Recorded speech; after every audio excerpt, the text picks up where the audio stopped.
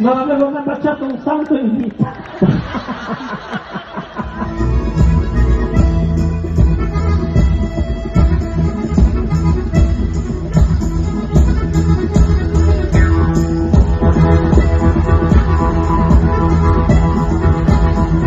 Non riesco a inginocchiarmi.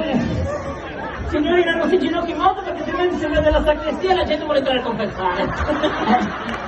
Io non mi inginocchio. No, tanto della sua sacrestia non gliene frega niente nessuno. Meno male.